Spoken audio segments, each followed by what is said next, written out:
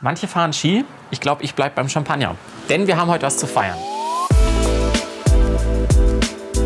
Ihr wisst, das Borolac und Borolac Vin gibt es seit 1844 und seitdem wird es von derselben Familie geführt. Heute stelle ich euch jedoch einen ganz besonderen Champagner vor von einer Familie, die seit 1522 in der Champagne zu Hause ist. Ursprünglich eine Schweizer Familie, die Philipponnats, die sich 1522 in Ay niedergelassen haben.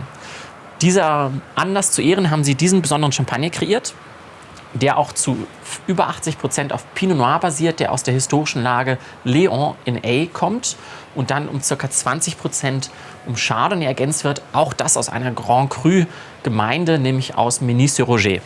Das Ganze ist auch hinten aufgeführt, was ich bei Philipponnat immer toll finde, weil so könnt ihr ganz genau schauen, die Flasche, die ihr gerade in der Hand habt, wann wurde sie degorgiert, wann wurde sie gelesen, wie viel Prozent genau von welcher Traube und wie trocken ist das Ganze.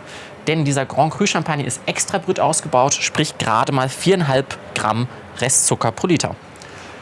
Ihr seht schon im Glas, er hat eine recht feine Pelage, er war immerhin 7 Jahre auf der Hefe, ist recht gülden, nicht untypisch für einen Champagner auf Pinot-Basis und an der Nase.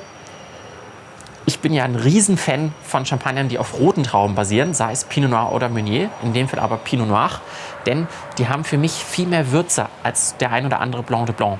Und ich finde das sehr spannend, wenn diese Röst- und Pfefferaromatik hinzukommt, zusätzlich zu diesen klassischen Hefenoten, zusätzlich zu der natürlich vorhandenen Frucht, vor allen Dingen reife Quitte und reifer gelber Apfel und Birne. Am Gaumen, cheers!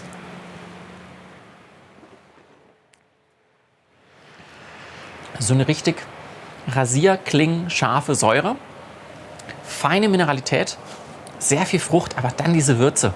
Das ist für mich die zum einen Stilistik von Philipponnat, aber zum anderen den Pinot aus diesem sehr besonderen Ort und der Lage auszeichnet.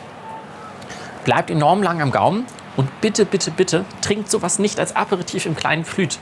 Das ist ein festlicher Champagner.